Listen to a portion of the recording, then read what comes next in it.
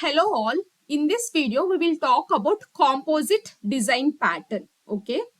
Let's start with a simple example. Now, let's consider a restaurant scenario. Okay. So, if you go to the restaurant, what they usually do, they'll give you a menu and then you have to order items that are present in that menu. Okay.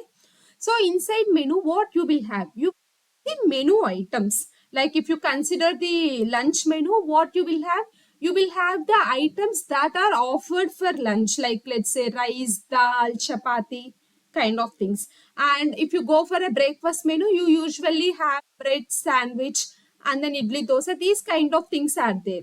And if you go for the dinner menu, you will have rice, roti, pulka, chapati, these kind of things, right? So, and inside each menu, you will have the menu items, right? Now, let's say waitress or another person like me wants to print all the menu items that a restaurant is offering. Okay. What usually people do is, if you see the structure, how the lunch menu, dinner menu, breakfast menu is storing these menu items, you can look at here. So they store each and every item in a list of menu item. Here also it's a menu item, it's not a menu. Okay, so inside the lunch menu, what you will have is, you will have list of menu items. Even inside the dinner menu, you will have the list of menu items. The same goes for breakfast menu as well. Okay, now lunch menu, it is a menu, it comes under menu category, and inside the items that are present comes under menu items, because these are all the menus and these are all the menu items. So these are all the menu items, right? Okay, now if I want to print the menu items that are present, what I'll do, or in waitress, what they'll do is, they will traverse through this list. They'll use some for loop. Okay, they'll use for loop and then they will print the menu items that are present in it. So first what they do is, they will get what all the menus that a restaurant is offering, and inside each menu they will get the list of menu items and then they will loop it. Okay, this is simple. You can easily print the menu items. Now let's consider a scenario where a restaurant wants to add desserts to their lunch. Okay, now if they are adding like this, let's say already lunch has menu items like rice, dal, and then chapati. These kind of menu items are already present. Now, if they want to add desserts, if you add desserts like this, like let's say you have an ice cream, you have a sweet, okay, and inside each ice cream also you have multiple categories, right? So vanilla, strawberry, if they add like this, then there is no problem. What you can simply do is, you can create these items as a menu item and you can add to this list. Then it works perfectly fine. But it is not the case. They want to add desserts as a sub menu. Like what they want is, there is a lunch menu and you already have the menu items like rice, okay, chapati, dal. You already have the menu items, and then what they want is, they want to add a sub menu like dessert menu. Like this is a dessert menu. Okay, under the dessert menu, they want to add menu items like ice cream, sweets, these kind of things. Okay, now here this is the hierarchy they are expecting. Now in future, they might want to add some, cool drinks menu, like drinks menu as well.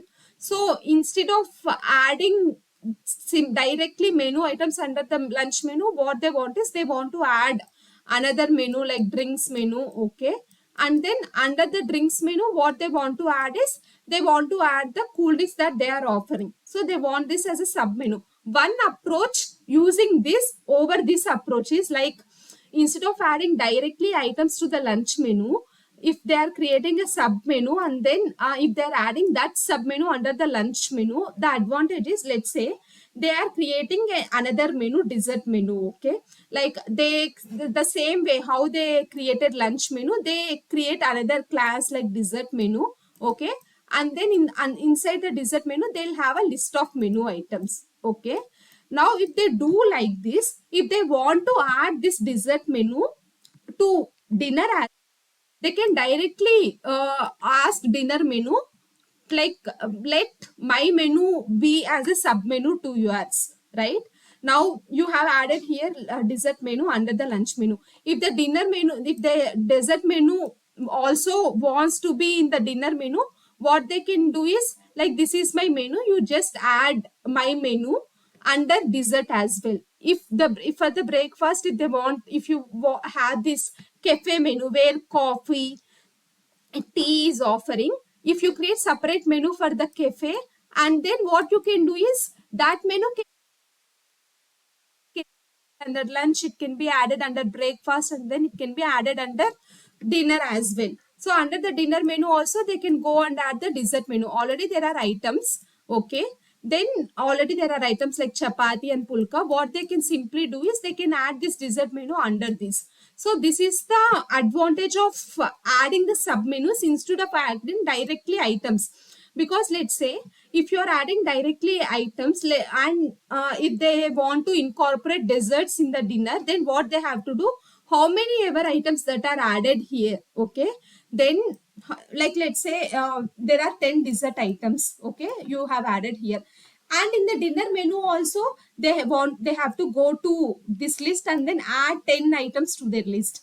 And one more disadvantage is, let's say in future there is a new dessert that is added. So in that case, what they will do, how many ever menus this dessert contains, like lunch menu has dessert, dinner menu has the dessert, and in suppose if other menu also has dessert, then they have to go to each and every menu and then add item to their list. So that is definitely you are each time you are changing the class, like it's not following the open closed principle, right? Whenever a new item is getting added, you are changing all your menus, no? So that is not the right way to approach. That is why what they have done is, so since I want desserts, what I'll do is I'll create a separate menu as dessert menu, like how lunch menu and others are created, and then I'll add my items to whatever menu I want to. Like if I want to provide desserts in lunch, I'll just tell them to add my menu as a sub menu. So in future, if a new dessert gets added, they'll add it to the dessert menu, okay, then this lunch menu need not change anything. And if the dessert is part of dinner as well, then dinner menu also need not change anything. What they have to do is, every time if a waiters wants to print the list, they just go to the dinner menu and loop through the item, changing anything. The only change here that is required is you are adding an item to a dessert menu. You are not changing lunch menu, dinner menu and all, right? So that is why following this hierarchical structure helps. Okay, now let's say you have this hierarchical structure. Okay, you have this hierarchical structure. Now a waitress wants to print items. Initially what had happened is, you just have a list of menu item, and then you were traversing through this list and then you are printing the items. That was working perfectly fine. But now this is not a menu item, right? This is a menu. Then what you should do, like this is not a menu item, this is a menu. So how can you even print it? How can you even add this menu inside your lunch menu? Because lunch menu accepts list of only menu items, it will not accept list of menu, right? So definitely you have to change your class structure. Otherwise, like if you still go with list of menu item, then what you have to do, you have to create another list of menu. Like if you still want to put this, you have to create another list of menu, and then you have to add dessert menu under this. So what I mean here is, already you have list of menu items, and if you want to add any sub menu, what you can do is you can create list of menu, another variable here, and you can add dessert menu here. And in future, if you want a drink, if they are adding another menu, then you can add that menu also to here, okay. Then whenever you are printing the items, what you will do is, first you go through the list of menu items and then you print that, and then you go to the list of menus, and under each menu you will have menu item, and then you will print that. But one more thing here, let's say you have dessert menu. Under dessert menu also, let's say you have another sub menu, okay, another sub menu, and then you have items, item 1, item 2, like this. Then what happens here, what you are doing is, you are creating list of menu. So first you will add dessert menu to this list of menu, and dessert menu is another class like lunch menu, right? In that, what you will do, you will add under list of menu items. If you consider dessert menu, what you will add menu items like ice cream and ice cream sweet as list of menu items. And then you are creating another variable list of menu, right, to incorporate this menus also under lunch menu. Then under that, you have to again create one more sub menu. Under that, this sub menu has to be added to this list. So it's like it is following the recursion. Like first go to lunch menu, print the items like rice, dal, chapati, and then you have another variable that is holding the sub menus list of menu, and see what all sub menus are present here. Dessert menu is present as a sub menu. Okay, then go to the dessert menu. Dessert menu also looks similar like this. So inside the dessert menu, how many list menu items are present, like ice cream, sweet, you print that. And there is another variable that is added, right, list of menu. Like if you add list of menu here, it gets changed for all menus. So there is another, you check whether there is any sub menu under dessert menu or not. Okay, there is another sub menu. Then go to that menu again and see what are all items that are present here. Okay, then change that. Like what are all the menu items that are present here, then print that. And then go to this sub menu variable. If there are sub menus, stop it. So you are like doing it recursion you are doing. Go to lunch menu, print menu items, and then check if there are any sub menus. If the sub menus are present, loop through each sub menu, and for each sub menu first print the menu items and see if there is another sub menu or not. If there is no sub menu, stop here. If there is another sub menu, go to that menu and print the menu items and see if there is any sub menu present under this here. Okay, this continues as long as there is no sub menu present, right? So this is the way. But with this approach, like if you add a variable list of menu, then every time you whenever you are looping, whenever you are printing the items, whenever you are doing for like now you to print the items that are present in the lunch menu, right? So what you have to do, first you want to do the for loop for menu items, and then you want to do the for loop for the normal items. So first you have to check whether this is a menu item or not. If there is a menu item, then print it, else check it. You want to use two loops here because you have two lists that are present in the lunch menu, and this is really difficult because there are two variables that are present, and every time you have to change it. Like if a new menu gets added, then you have to come here and then change it, right? Okay, so that is where what you can do is, and if you see this structure, it's a tree structure. You have a lunch menu and then menu items, and then you have the sub menu. So initially you just have one parent and then you have multiple items. You just have a class with a list, but now that is changed to a tree structure, right? So this is what now your application looks like, and your code should be extensible to incorporate all these things, and it should not be frequently changed for modifications. Let us see here. So this is what is happening. Now initially you have a Uber menu. Like now restaurant, what it is doing is I offer a Uber menu, and under that Uber menu I'll have a breakfast menu, I'll have a dinner menu, and I'll have a cafe menu. Okay, now under the breakfast menu I just have the menu items. Okay, but under dinner menu what I'll have is I have two menu items, and then I have another sub menu, dessert menu. Okay, now under the cafe menu I have the menu items. So this is looking like a tree structure, parent child relationship, right? Now you should write a code to handle this parent child relationship and the structure. If you see, it is looking like a tree. There are multiple examples like this. Let's say when you are working on a task or any project, what you will have Uber level, and the high level you have a, like let's say in a software you are working on a task. Okay, you are working on a new feature. Higher level you have the feature details, but what you do, you split the feature into subtasks, right? Because instead of like you, if there is a big task that is being done, what you do is you split it, how many subtasks you can done. Okay, and under each subtask also what you can do is you can put another subtasks, right? So this is how you can do it. Like if you are solving a big problem, what you can like you can't solve a big problem as a whole at one shot. So that's why what you can do is you can split the problem to multiple problems, and inside each multiple problem you have another problem as well. Okay, and there are multiple scenarios like this. Now let's say you have a folded structure as well. Like if you see a computer folder, you have a main folder, and inside the folder you will have directly files, right? And then in apart from the files you have another subfolder, and the subfolder might another file, and then the subfolder another might have another subfolder.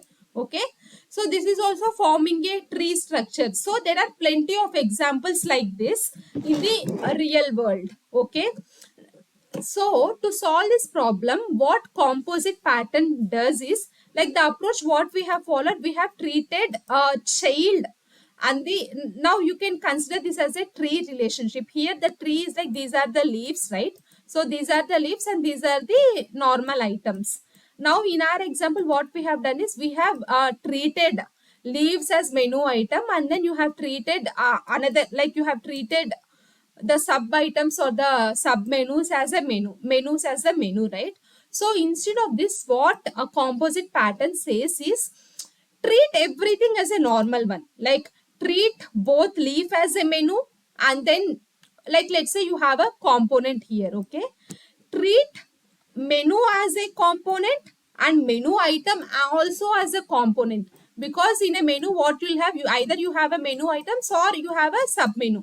Treat both menu and menu item as a sub component, then it would be easier for you. Then you need not have this multiple variables declared here. If you treat both uniformly, now let's say what happens is, if you treat both as a menu, what happens, you will have list of menu a single variable, right? You will have a list of menu as a single variable. Inside that you can add menu items and you can add this sub menu. Have variables for sub menu one thing and for menu items that thing, another thing. So that is avoided here. So composite pattern says treat both parent and the child equally. Okay, but the operations that are present for the parent are different. Okay, that we will discuss it later. Now here, even if you have a tree structure, let's say you're talking about the computer folder structure, treat both file and then folder as uniformly. Like let's say you create you do one thing as a folder, and you treat both folder as a folder and file as a folder. Okay, or you treat both as a component. You declare a component, and folder is a component and file is a component. But what happens is, if it is a file, what you go deep inside, but if it is a folder, then again you need to traverse. That is the only difference. So composite pattern is saying treat both parent child equally, uniformly. So let's see the class diagram of the composite pattern and let's see how it works.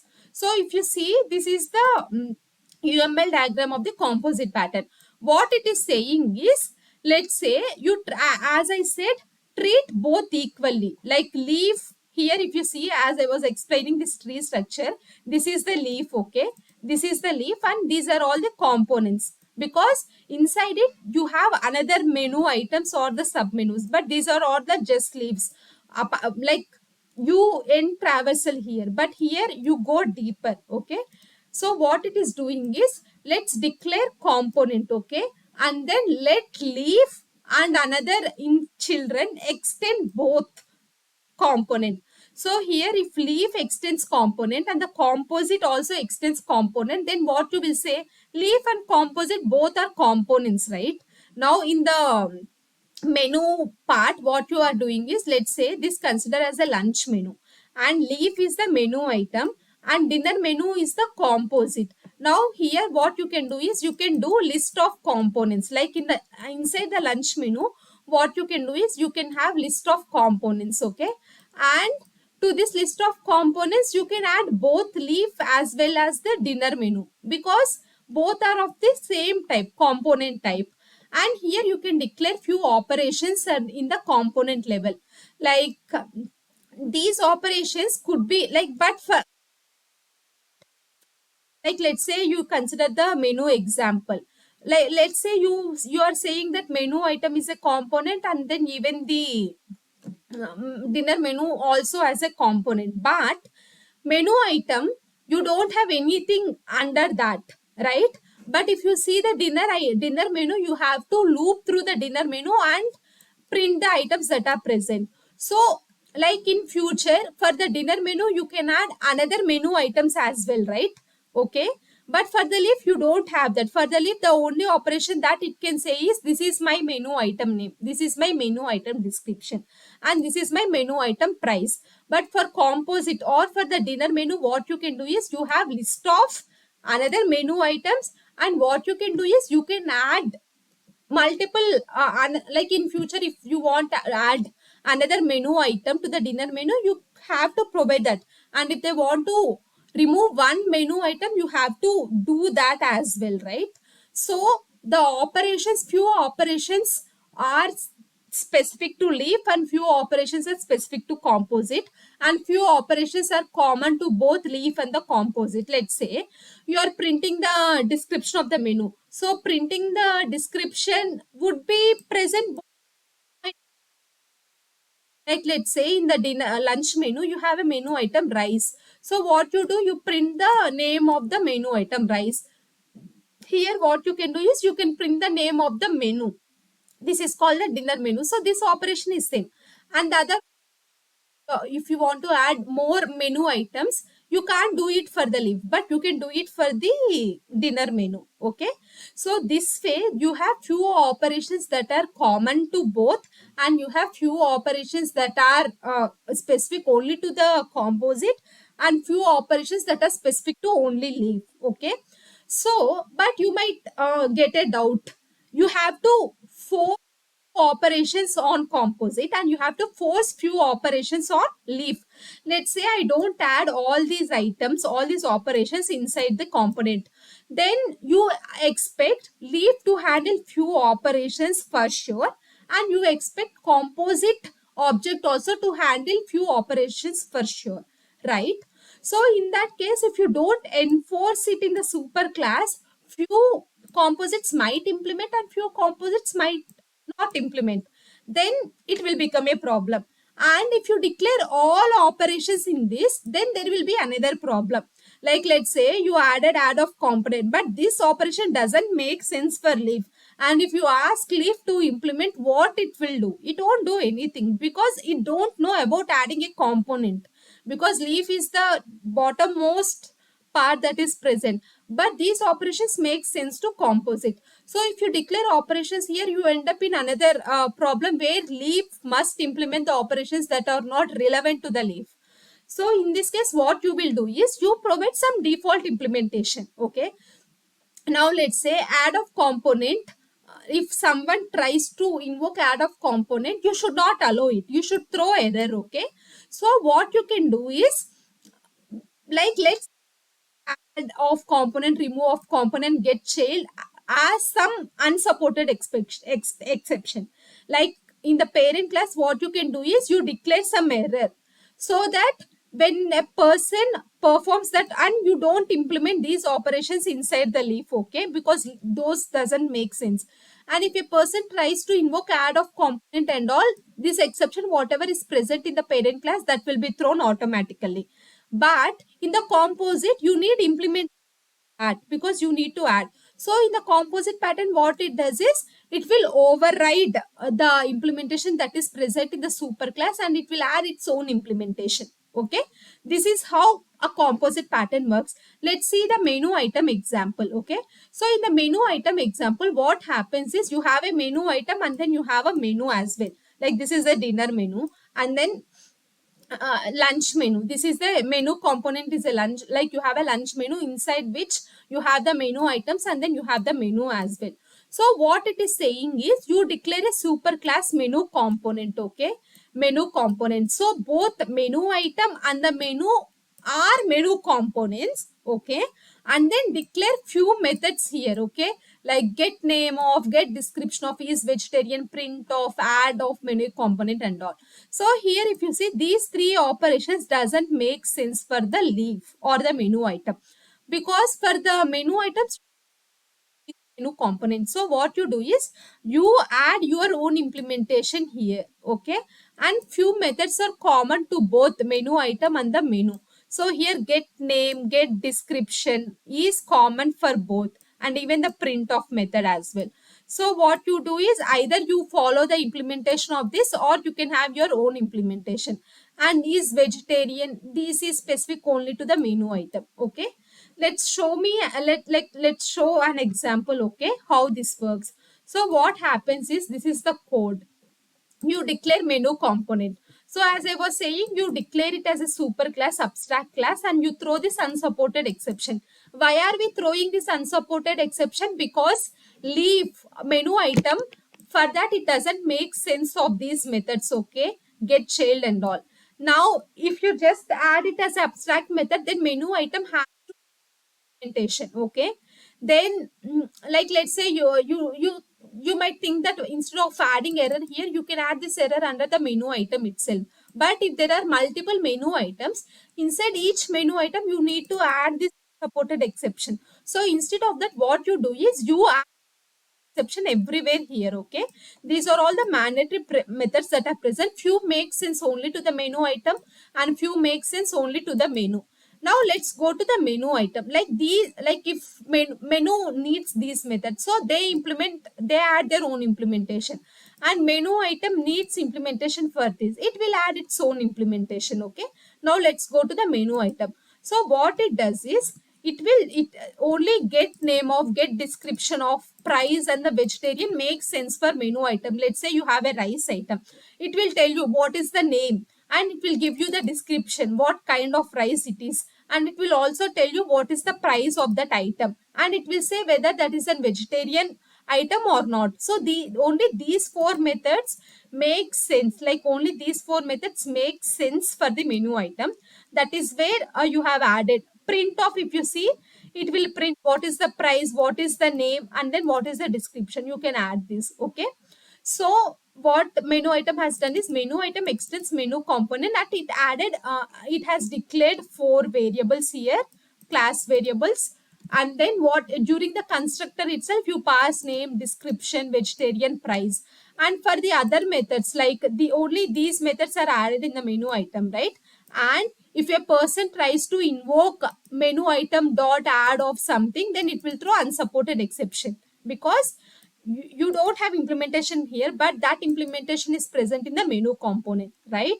And let's look for the menu item. Menu. So menu also extends the component. For this, what makes more sense is these three methods, and then get name of, get description, print of also makes more sense. Now what happens is, you have another variable here. If you see here, you have another variable. Okay, here you have list of menu components. So this, you can consider this menu as a dinner menu, okay? Inside the dinner menu, you can have another sub menu, and then you can have the menu items as well. So what you can do is, you can create menu items, and then you can add those menu items to this list, and you can create another menu, and then you can add those menu items to this list. Both menu item and the menu are a menu component. You can treat them as a uniformly, okay? Now what happens in the menu is, during the instantiation itself, you can just tell the name and the, like, dessert menu, this is the dessert menu, and later on you can add more items like ice cream, and then sweet. If you want to add sub menu, you can add those, okay? And then you can traverse through the menu item, you can remove it, okay?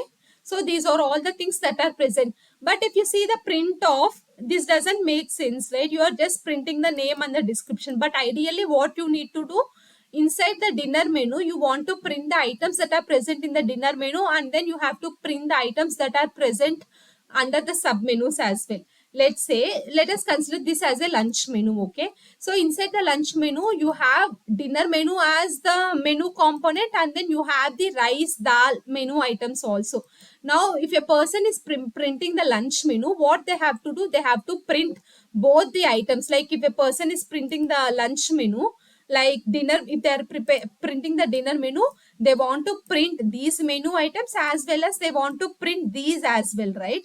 So everything has to be printed. But here what you are doing, you are just printing the name and all. Let us change this variable. Okay, so what you can do is you can use for each loop, you are using the iterator pattern here, and for each you have the list of menu components, right? So X, like menu component, what you can do is menu components, what you can do is you can invoke print method, menu component dot print off. You can use this. Okay, so what you are doing basically here is, for each menu, like you want to print the lunch, like let's say you want to print the dinner menu here. Okay, then you have to print this item description, price, and then you have to print this name, description, and price. So what I have done is, so I just invoke the print of method on the menu component. Let's say what happens is you added these two menu items to this particular list. Okay, you added it. While traversing, what it will do is it will invoke the print of method. So these are all the menu items, right? So what it will do, it will go to the menu item and then it will invoke the print of method. You will get these details because in the print of method you already had put implementation. So what it does is, first it will go to this menu item class and then it will print vegetarian, get name, get description, then price of. Okay, now it encounters dessert menu. Okay, now let's say you go to this class. Okay, then while printing it, it encounters dinner menu dot print of. Dinner menu is nothing but another menu. Okay, and then it comes to this print of again. So inside this print of again, it has one more for loop. Okay, now what happens is this is done, and when it comes here, this is another. Okay, this is another menu. For the menu items, you went to this class and invoke this method. Now when you encounter dinner menu, you will be in the same class and then you encounter this method, and in this method you have to loop again. So what it goes is, it goes to the dessert menu and then it will invoke for loop on these items. But these are all menu items. Okay, then what it will do is, it will go to menu item dot print off and again it will print it. Okay, then again the print of method will invoke and the dessert menu will end, and then it goes back to dessert menu, printing is done and it goes back to the dinner menu, and then it will invoke another menu item, and for the menu item again it goes here and then it does the print off. So you can see, right, recursion is following up here. Okay, now if you see the waitress class or any person who wants to print all the menu details, what they just need to do is, they just need to add menu component like Uber menu. First they can create a Uber menu here. This is also a menu component, right? And then to this, what it can do is, it can add this menu component, like this menu component. Here it's a menu, right? This menu component you can add, this is also a menu component, you can add multiple menus inside that. So Waitress, what it does is, it will take this Uber menu and then it will loop through the, like while instantiating itself, what it is doing, it will does this all menus dot print off. Okay, now if you see, what it does is all menus dot print off, right? Here you have this list of menus inside this menu. So it invokes print of method that is present here. And internally, when what it does is, it invokes the print of method that is present here. Let's see one example. Okay, so what happened is, it is like this is the pancake house menu. Okay, this is the pancake house menu, dinner menu, and then you have the cafe menu. Okay, pancake house menu, what it is, what it has done is, menu component, new menu of. Okay, new menu of, what it has done is, name and the description. So it has created one pancake menu and it has created one dinner menu, and then it has created one more cafe menu. Okay, that is done. And what it has done is, it has created both dessert menu, one more dessert menu. So finally you have four menus: pancake house menu, dinner menu, cafe menu, and then you have the dessert menu. So it has created all menus with just the description and the name. Now what it has done is, it has added all these menus here. Okay, all these menus to one menu component. It has created a Uber menu, it has created a Uber menu, and then it has added all these menus here. Okay, it has added all these menus here. If you see here what it has done, it has added pancake house menu, it has added dinner menu, and it has added cafe menu. But it did not add dessert menu, because dessert menu comes under dinner menu, not under the this menu, right? It has added dessert menu under the dinner menu. So if you see here, what had happened is it had added that. Now for dinner menu, what it has done is it has added items, one item. Okay, pasta. It has added pasta. And you, if you see here, you are adding dessert menu for the dinner menu, right? And then for like, because dessert menu comes as a sub menu for the dinner menu, right? So that's where this is added. And it has added one item for the dinner menu, it has added one more item for the dessert menu, and then it is printing it. So if you see here, what they have done is initially they have created all the menus, and then they added all these menus to this. And later on what they have done is, like, it has created 4 menus and it has added this to the waitress. And later on what they have done is they have added dessert menu to the dinner menu. And whenever a new item comes, they just add those items for this, right? They have created new menu item, and then that menu item they added under dinner menu. Here also they have created a new menu item, and then they have added under dessert menu. So even they can do the same thing for the house menu and the cafe menu also. So this is so simple. And when you invoke print menu off, what it will does is it will print everything that is present here. Okay. So this is the example of the composite pattern. So basically you use composite pattern when you encounter a tree structure, when the items are arranged in a hierarchical order like a tree. And then what it does is it allows you to treat both the leaves and the inside children uniformly. Okay. And that can be done by following this UML diagram. So both your leaf and composite, if it extends this composite, then you can treat both as a uniform, right? And if you see, I have added this arrow because this arrow, it's like aggregation. This composite will have list of components. The same thing you can see in the example, right? In the menu, you have a list of menu components. Okay. Hope you got a clear idea of the composite pattern with an example. Let's see the definition of the composite pattern. So if you see the definition of the composite pattern, what it is there, what it is written is, the composite pattern allows you to compose objects into tree structures that you have done. It allowed you to compose objects in a tree structure to represent part-whole hierarchies. Okay. Here the part-whole hierarchies are like, this is a part. Okay. And this is an whole, like leaf is treated as a part, and then this one is treated as a whole. Okay. So to represent both parent and child, what you have done is, you like to represent both menus and submenus, what you have done, you have followed this tree structure, like parent child relationship. So what composite pattern allows is to compose objects into tree structures to represent both parent and the whole hierarchies. And then what it does is, so you have done this. Later on, what you made is, by following this UML diagram, you treated both the parent and the child, both part and the whole, as uniformly, because both are components. The same thing is represented here. Composite lets clients treat individual objects and composition of objects uniformly, right? So by following this uniform structure, what you like, your design had become so simple, right? You can add how many ever menus you can add, and you can follow how many sub menus you can add, but you can print all the menus easily.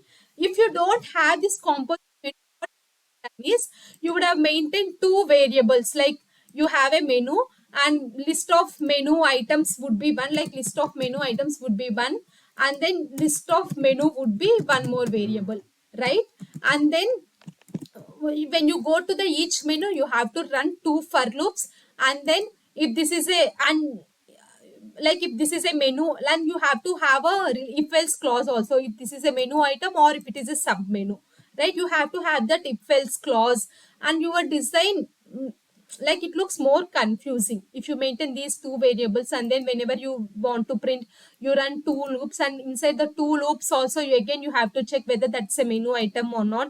But instead of that, what had happened is, it's so simple now, right? You can treat both uniformly. Okay. Yeah, thank you. That's it about composite pattern.